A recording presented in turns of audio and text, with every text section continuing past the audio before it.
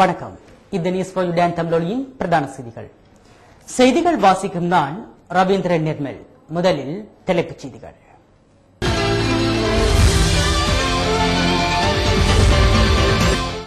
அரசாங்கத்தின் நிதிநிலை தொடர்பான அறிக்கை ஒன்றை பாராளுமன்றத்தில் சமர்ப்பிக்க அமைச்சரவை முடிவு.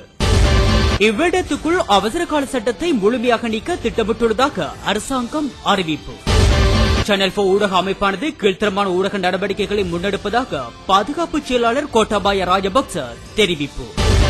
கர்நாடக முதலமைச்சர் பதவியில் இருந்து விலகுமாறு எடியூரப்பாவுக்கு பாரதிய ஜனதா கட்சி மேலிடம் உத்தரவு. பிரிட்டன் கூறியுள்ள கருத்துக்கு லிபிய கடாபி நிர்வாகம் கண்டனம்.